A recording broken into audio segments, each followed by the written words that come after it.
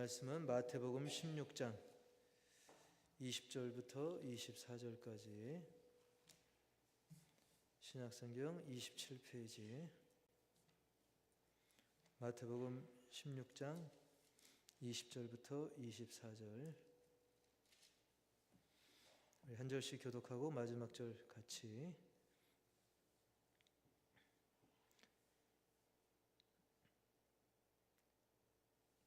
이에 제자들에게 경고하사 자기가 그리스도인 것을 아무에게도 이르지 말라 하시니라.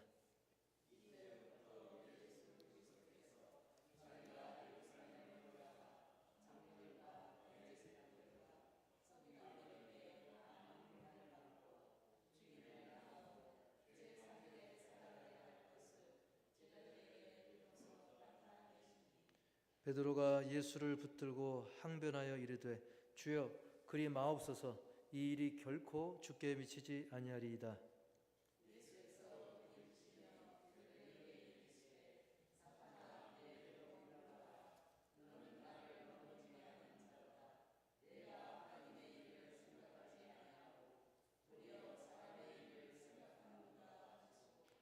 이에 예수께서 제자들에게 이르시되 누구든지 나를 따라 오려거든 자기를 부인하고 자기 십자가를 지고 나를 따를 것이니라. 아멘. 할렐루야. 네, 말씀 제목 시작. 하나님 일, 사람 일. 네, 이 제목으로 함께 말씀 연회를 나누기 원하는데, 한 가지 오늘 말씀을 준비하면서 옛날에 그 예화가 하나 떠올랐습니다. 어떤 중년의 남자가 우연히 이 마법의 주전자를 발견한 거예요. 뭐 그런 게 세상에 없죠. 근데 마법의 주전자를 하나 발견해가지고 혹시 이게 뭐 알라딘의 앰프인가 알라딘의 램프인가 해서 문질러 봤는데 정말 펑하는 소리와 함께 웬 거대한 종이 나타나는 거예요. 그러면서 딱 한 가지 소원을 들어주겠다. 그래서 갑자기 머리에 아이디어가 떠오른 거예요. 어떤 아이디어가 떠올랐냐면 지금으로부터 딱 1년 뒤 신문을 구해달라 그런 거예요. 왜 1년 뒤 신문을 원했냐면, 자, 1년 뒤 신문을 보면 거기에 이제 1년 뒤 미래 사건들이 쭉 나오잖아요.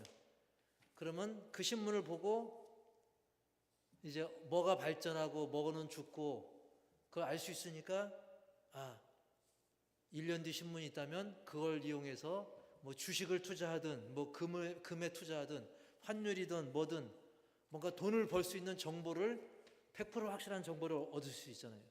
그래서 1년 뒤 신문을 달라. 그게 내 소원이다. 그러자 그것쯤이야 하고 그 램프에서 주전자에서 나온 그 종이 1년 뒤 신문을 딱 줍니다. 그래서 신나가지고 이제 내가 부자 되는 건 시간 문제다. 그 신문을 막 읽어봐요.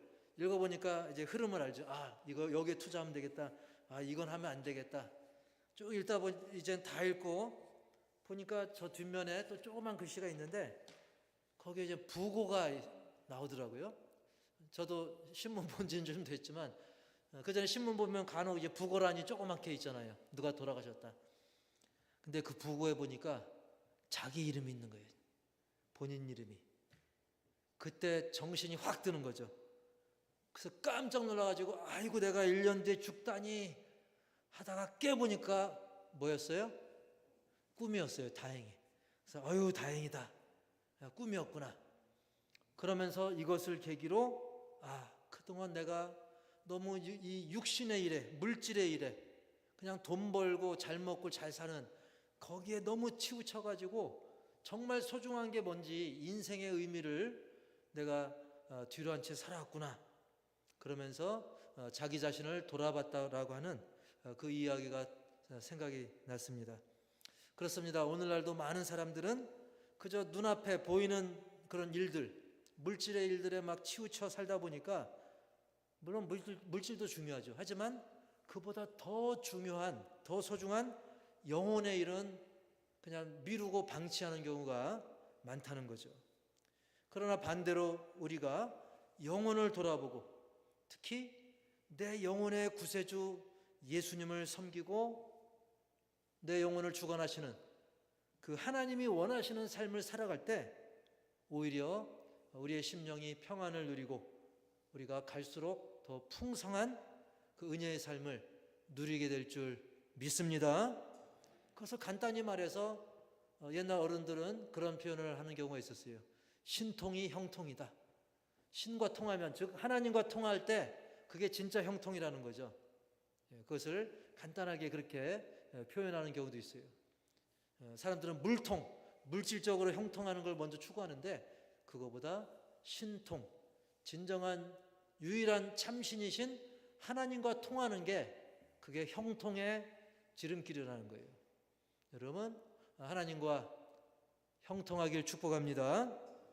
그런데 오늘 이 예화가 무슨 상관이냐면 오늘 이 예화처럼 뭔가 그 육신의 일에 치우치다가 야단 맞은 사람이 하나 나옵니다. 그 사람은 바로 다름 아닌 여러분도 잘 아시는 이 베드로입니다. 베드로. 지난 고백에서 주는 그리스도시요 살아계신 하나님의 아들이십니다. 이런 귀한 고백을 해가지고 예수님께 칭찬받고 또 축복받은 아주 훌륭한 제자 같았지만 베드로는 그러나 그 역시 여전히 연약한 그런 인간에 불과했던 것을 우리가 알 수 있어요. 사실 베드로도 사실 대단한 분이죠, 물론. 하지만 연약한 인간이란 면에서는 우리와 크게 다를 바가 없는 거예요. 특히 오늘 본문을 읽다 보면 아니 베드로가 언제 그런 귀한 대답을 하고 축복의 말을 들었는가 그렇게 그런 이야기를 하고 싶을 정도로 참 엉뚱한 모습을 보였던 거죠. 베드로의 연약함이 아주 적나라하게 오늘 말씀에서 드러나는 것을 우리는 알 수 있습니다.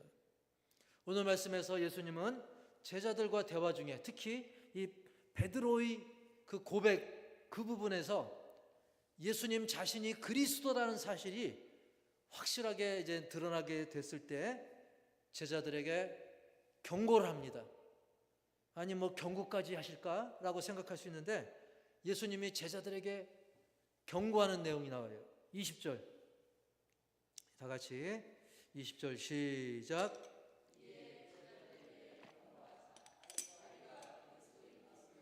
아무에게도 이르지 말라 하시니라. 이에 제자들에게 경고하사 자기가 그리스도인 것을 아무에게도 이르지 말라 하시니라. 자, 예수님이 그리스도라는 것은 사실 좋은 내용이잖아요. 예수님은 기름 부은 자, 왕으로 선지자로 제사장으로 오셔서 친히 자신을 제물로 드려서 온 백성을 구원하는 구세주 메시아다. 얼마나 좋은 복음의 소식입니까? 그런데 당시에는 예수님의 목숨을 노리는 그리고 오해하고 막 해치려고 하는 그런 상황, 그런 분위기가 있었기 때문에 막 대놓고 예수님은 메시아다, 그리스도다 이렇게 되다 보면 원래 계획이 틀어질 수가 있는 거예요. 예수님이 예를 들면 요맘때 잡히시고 죽으셔야 되는데 그보다 서둘러 잡히시고 그러다 보면 하나님의 정하신 때와 크게 어긋날 수가 있는 것이죠. 그래서 지금 이 마당에 예수님이 그리스도라는 사실을 막 대놓고 얘기하면 서둘러 체포당할 수가 있는 거예요. 모든 일에 다 때가 있잖아요. 때가. 지금 대한민국도 여러 가지 어수선한데 사실 그 때가 중요한 거잖아요. 그 타이밍. 언제가 그때냐. 그 때에 따라서 우리가 가정에서도 마찬가지죠. 똑같은 말을 해도 좀 나중에 하면 더 좋은 말이 있고 미리 하면 또 더 안 좋을 말이 있습니다. 또 어떤 말은 미리 하는 게 좋을 때가 있고 나중에 하는 것보다 미리 하는 게 좋을 때가 있어요. 근데 어쨌든 예수님이 그리스도임을 그 사실을 더 널리 알릴 때는 아직은 안 된 거예요. 좀 기다려야 되는 거예요. 그래서 예수님께서 경고한 거죠. 쉿!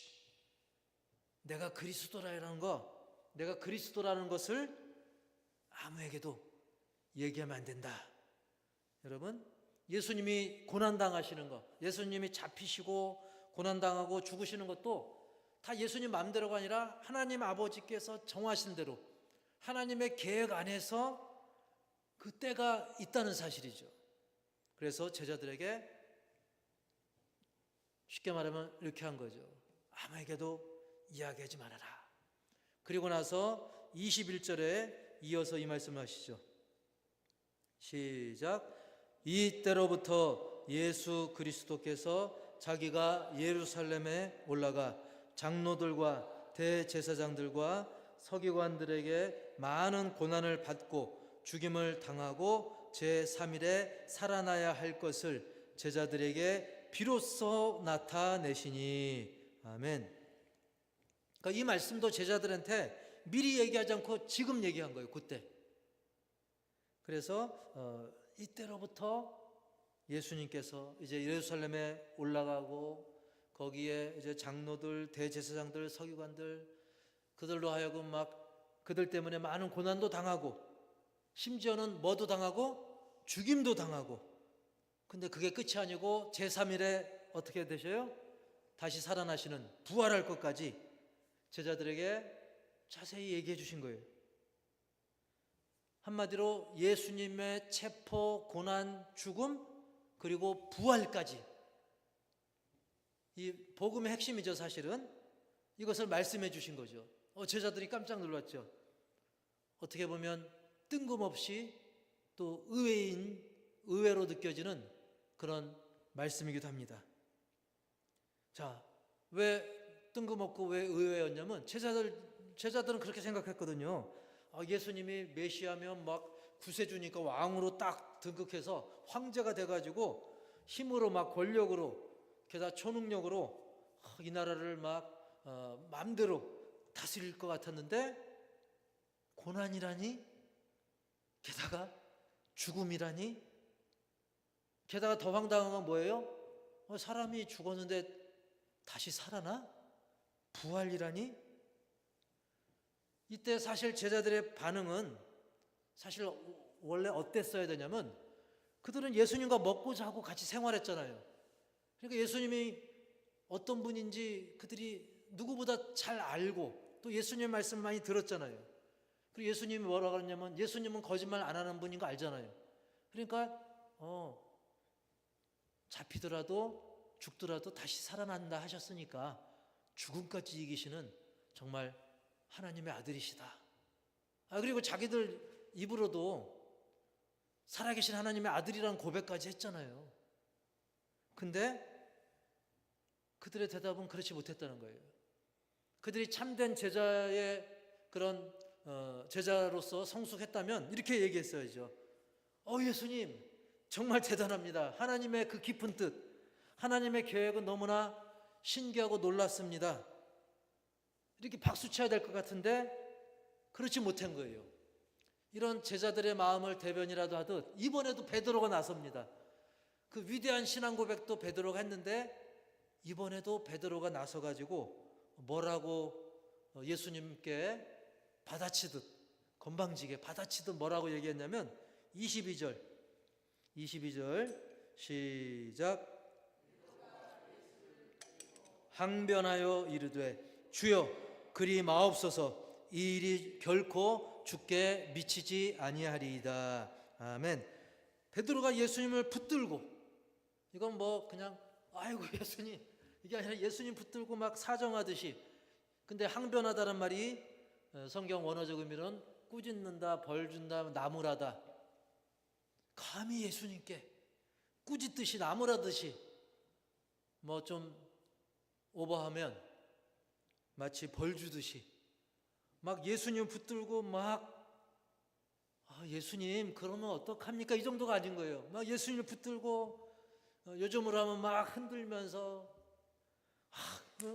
이게 왜 무슨 말입니까? 따지듯이 주여 그리 마옵소서. 이런 일이 결코 주께 있을 수는 없습니다. 이 일이 결코 주께 미치지 아니하리이다 라고 하면서 막 꾸짖고 나무라듯이 예수님께 아주 세게 이야기한 거죠. 자, 근데 왜 베드로는 이렇게까지 막 흥분해가지고 감히 스승에게, 스승 정도가 아니라 하나님의 아들 메시아, 자기 입으로도 주는 그리스도시요 살아계신 하나님의 아들이십니다 라고 했는데, 그런 예수님께 이렇게 막 무시하듯 정말 세상 말로 싸가지 없이 감히 이렇게 분노하며 예수님께 따졌을 거예요. 베드로의 그 마음 속에는 정말 인간적인 기대와 욕심이 있었기 때문이죠.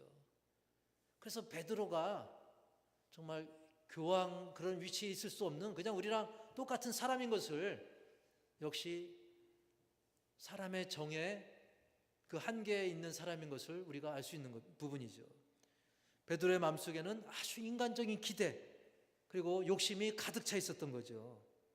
자, 하나님의 아들 그리스도 메시아를 자기가 모시고 다니는데 이제 곧 때가 되면 예수님이 만왕의 왕으로 등극해서 당연히 그렇다고 한다면 당연히 나 베드로도 한 자리 하지 않겠나 그런 기대감이 베드로에게 있었을 만한데 예수님이 체포돼?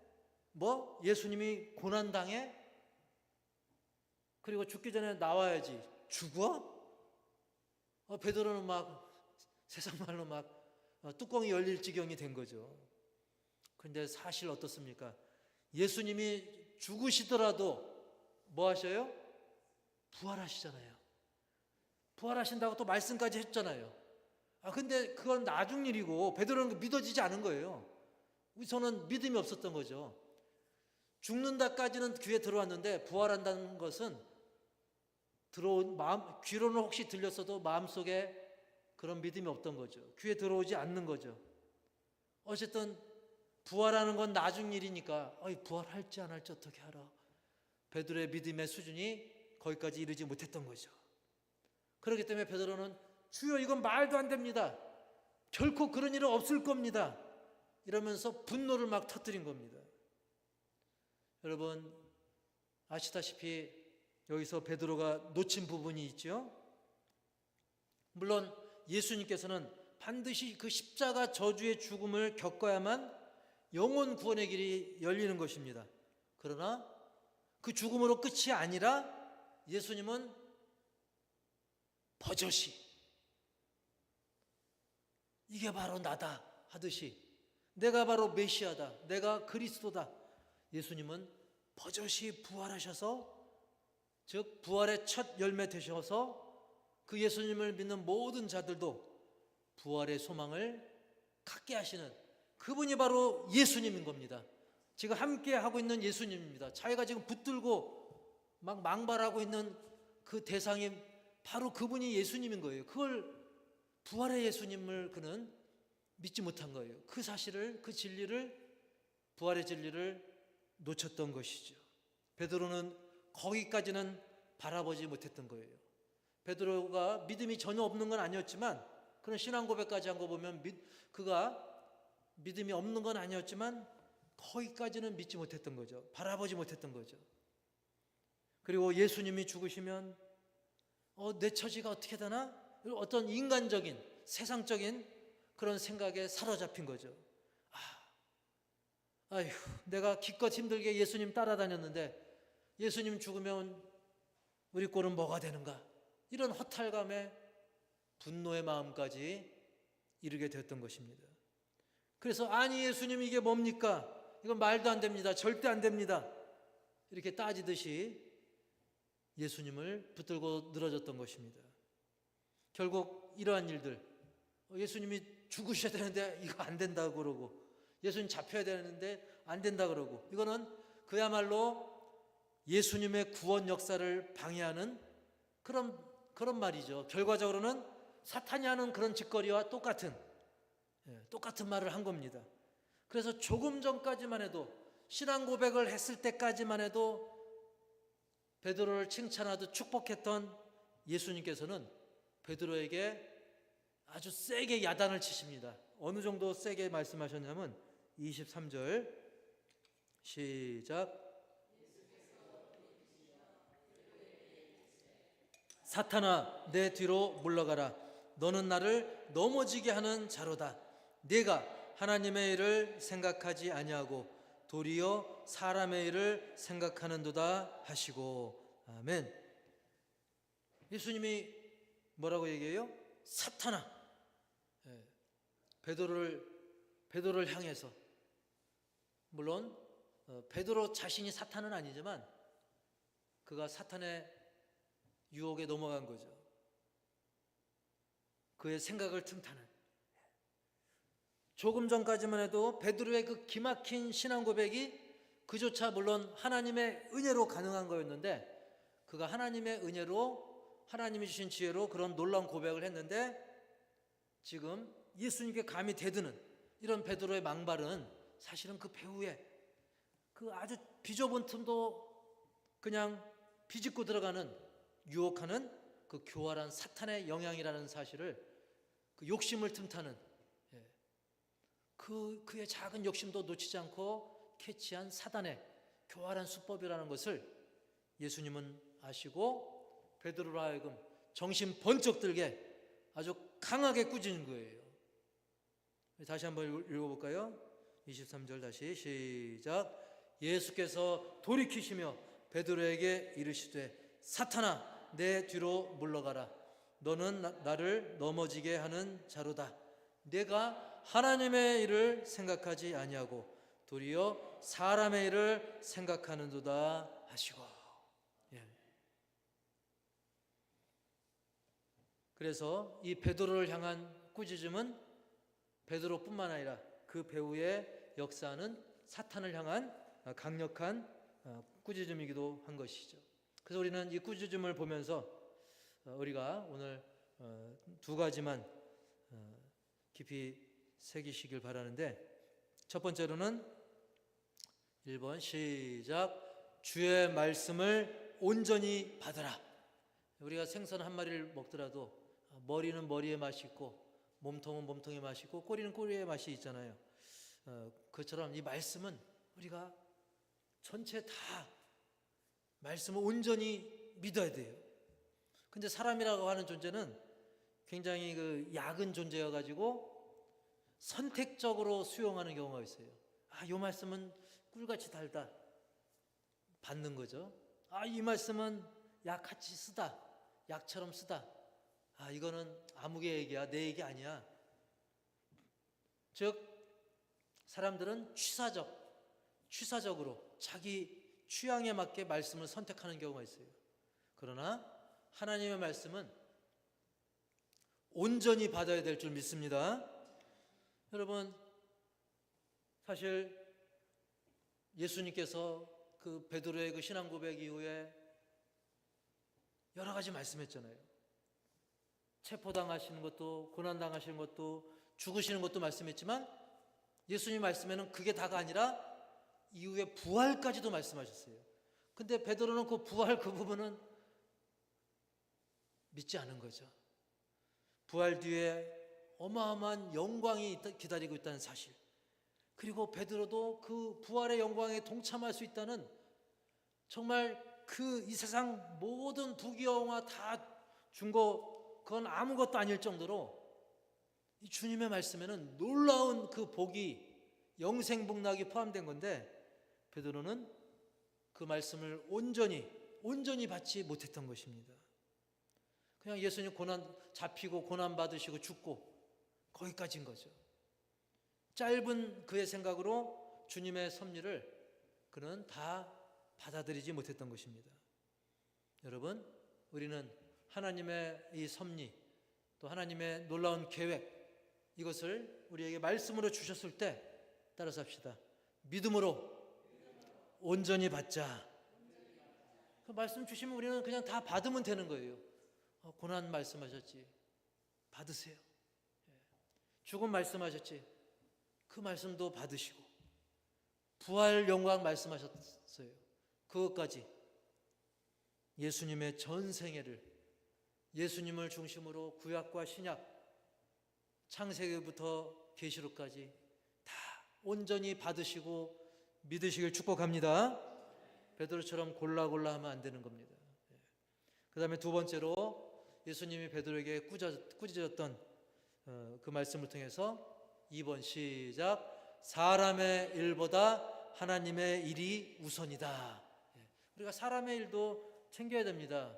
우리가 하루 세끼 밥 먹고 또 직장에서도 일도 하고 인간관계도 잘 지혜롭게 해야 되고, 하지만 우선순위는 역시 하나님의 일이 우선순위에 있고 우리가 그 하나님의 은혜 가운데 하나님의 섭리 가운데 거할 때 하나님께서는 먼저 그 나라와 그 일을 구하는 자에게 다른 일까지도 형통케 하시는 하나님의 이 모든 것을 더하시는 하나님의 놀라운 복을 누리게 될 줄 믿습니다. 사람의 일은 바로 뭐겠습니까? 하나님의 은혜와 섭리를 망각한 채 그저 자기 욕심, 자기 능력에 따라서 자기 능력에 의지해서 판단하려고 하는 것, 그리고 자기 생각으로만 추진하려고 하는 것. 여러분, 하나님께 지혜를 구하고 과연 어떤 게 하나님 기뻐하실 일일까? 세상에서 우리가 하는 일들도 우리가 기도하면서, 우리의 가정의 일도 기도하면서, 기도로 시작할 때 기도로 아름답게 마무리를 우리가 맞이하게 될 줄 믿습니다. 그래야 우리가 베드로처럼 욕심에 이끌리지 않는 거예요. 예수님 그렇게 따라다녀도 그런 욕심에 이끌렸지 않습니까? 우리는 사람의 일에 우선순위를 두지 않도록 늘 주의를 해야 됩니다. 그 다음에 우리는 사람의 일보다 하나님의 일이 우선되다고 했는데, 바로 오늘 말씀에서 하나님의 일이 뭐였습니까? 바로 하나님의 계획과 섭리대로 예수님께서 예루살렘에 올라가서 고난받고 죽으심으로 만 인류를 구원하는 일, 예수님의 일은 영원 구원인 것입니다. 최종 부활 승리인 것입니다. 그 하나님의 일을 베드로는 동참하기보다는 주여 안 됩니다 그랬다가 사탄아 그 소리 듣지 않았습니까? 바로 구원하는 일, 주님의 그 구원 계획, 이 성경에 보면 성경 자체가 그렇지 않습니까? 예수님을 중심으로 창세부터 계시록까지 구원과 관련된 예수님, 그 구원의 중심에 예수님이 계시죠? 그 하나님의 일, 하나님의 계획, 섭리, 우리가 그것을 기도 제목으로 삼고 기도하고 영혼을 대하고 우리가 하나님의 일을 먼저 생각하고 우선순위를 둬야 될 줄 믿습니다. 근데 하나님의 일 하면 우리가 거창한 것만 생각할 것이 아니라 요한복음 6장 29절 보면 이렇게 되어 있습니다. 시작. 예수께서 대답하여 이르시되 하나님께서 보내신 이를 믿는 것이 하나님의 일이니라 하시니. 아멘. 하나님께서 보내신 이 누굽니까? 바로 예수님 믿는 게 하나님의 일이다. 물론 우리가 나가서 전도도 해야 되고 우리가 또 찬양도 하고 예배도 드리고 이 모든 일들이 다 하나님의 일에 속합니다.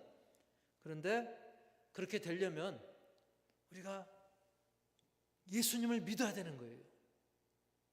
베드로도 보면 안 믿은 거잖아요. 그죠? 예수님을 골라서 믿은 거죠.